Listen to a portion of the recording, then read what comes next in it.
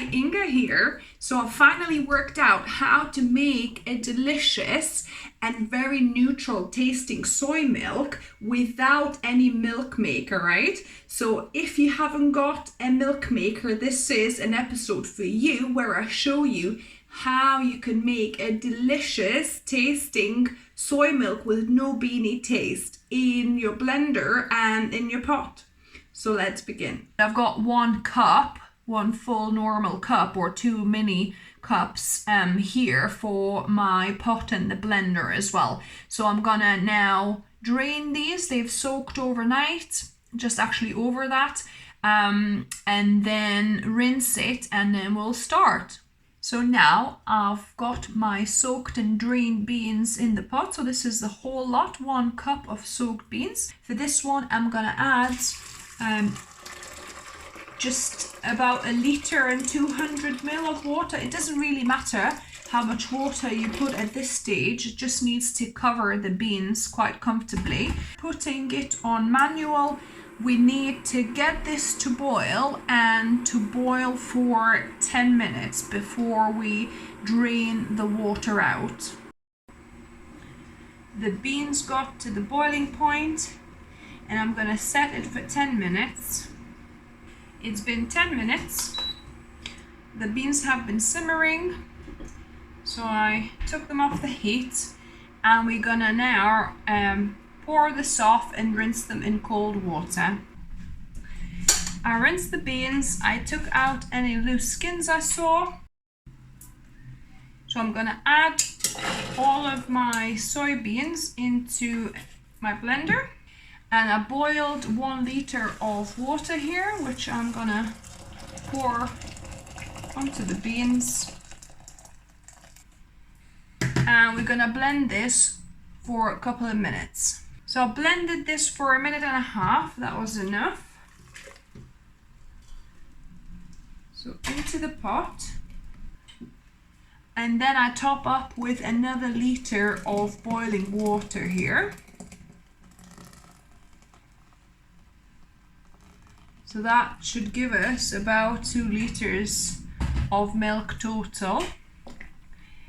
And I'm gonna just put this on kind of medium low, get it to the boil, and then simmer this, mixing every so often for 15 to 20 minutes. And don't forget a good pinch of salt as well. Yeah, 15 minutes should be enough. Once it starts boiling, then 15 minutes of simmering. So the soy milk has simmered for 15 minutes. And I've switched it off. So you can either use a nut milk bag or line a colander with a cheesecloth. And I'm just gonna pour about half of this in.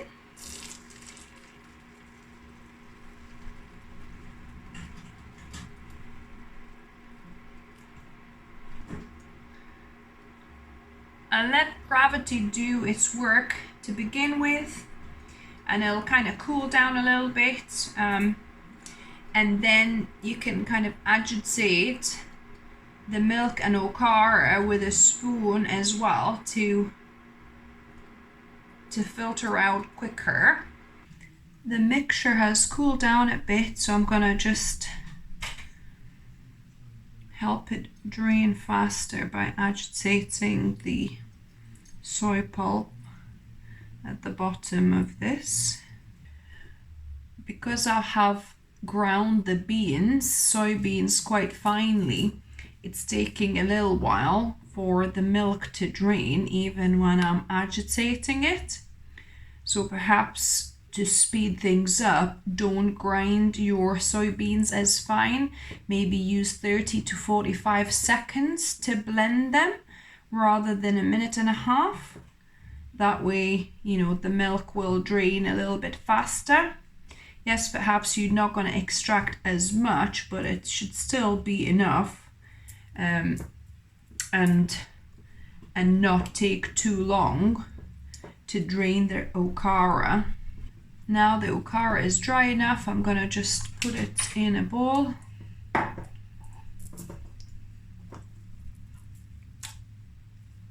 And then I'm gonna pour the remaining soy milk in.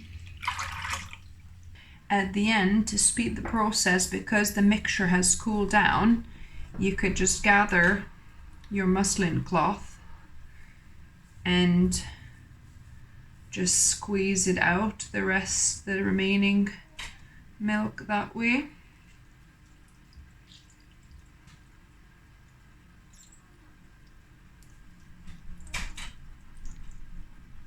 If you wanted to get even more soy milk out, you could do the same to that pulp, because it comes out much drier once you squeeze it out that way. And important thing to remember, if you want your milk, soy milk, to last longer before turning sour on you, even in the fridge, the sieve, after rinsing the beans that have been soaking and fermenting in this for, overnight or 12 hours, you need to rinse it with boiling water. I forgot to tell you this, because otherwise there will be a little bit of fermentation still left on this sieve. So if you use the same sieve for sieving your soy milk, that can get into the milk and it'll start kind of fermenting and making your milk spoil or get sour, ferment sooner, if you don't get use a different sieve or wash this with boiling water first.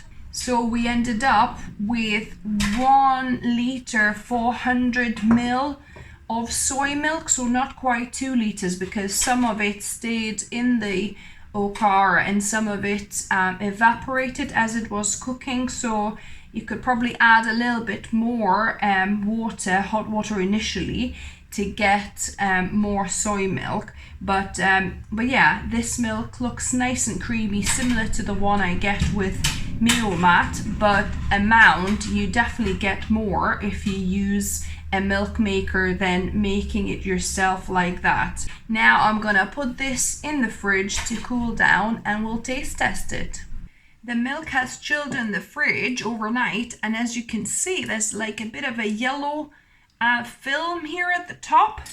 So I'm just gonna mix it in.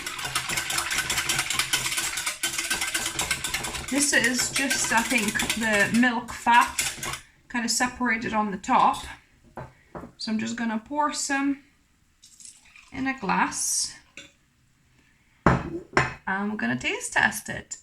So if you followed my channel for a little while, you know I've done so many different experiments with different techniques, but this is the way I made the soy milk that doesn't taste beany whatsoever without any soy milk maker. Up to now, I was only able to make this type of neutral tasting soy milk with the Meomat milk maker, but I've just discovered this technique that I showed you, where you boil your beans 10 minutes first, rinse it, and then you blend and then you cook to make a very neutral tasting soy milk. So let me just give this a go.